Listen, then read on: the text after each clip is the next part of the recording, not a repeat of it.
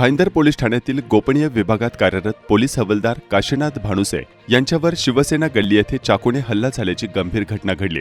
या हल्ल्यात ते गंभीर जखमी झाले असून त्यांच्यावर रुग्णालयात उपचार सुरू आहेत। प्राथमिक माहितीनुसार शिवसेना गल्लीतील बाबूभाई मिस्त्री चाळ येथे भांडण झाल्याची माहिती भाईंदर पोलिसांना मिळाली। त्यानुसार पोलीस हवालदार काशीनाथ भानुसे परिस्थिती नियंत्रणात आणण्यासाठी घटनास्थळी गेले असता बाबू नेपाली आणि दिलीप भीम बहादूर या दोन व्यक्तींनी त्यांच्यावर चाकूने हल्ला केला। या हल्ल्यात भानुसे गंभीर जखमी झाले।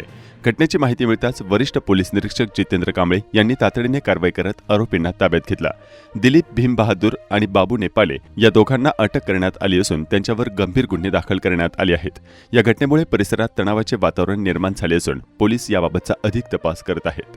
शिवसेना गल्लीमध्ये भांडण सोडवला गेलेलं असताना पोलीस कर्मचाऱ्यावर हल्ला झालेला आहे आणि त्यामध्ये त्यांना जखमी झालेल्या उकाट हॉस्पिटल या ठिकाणी उपचार सुरू आहे।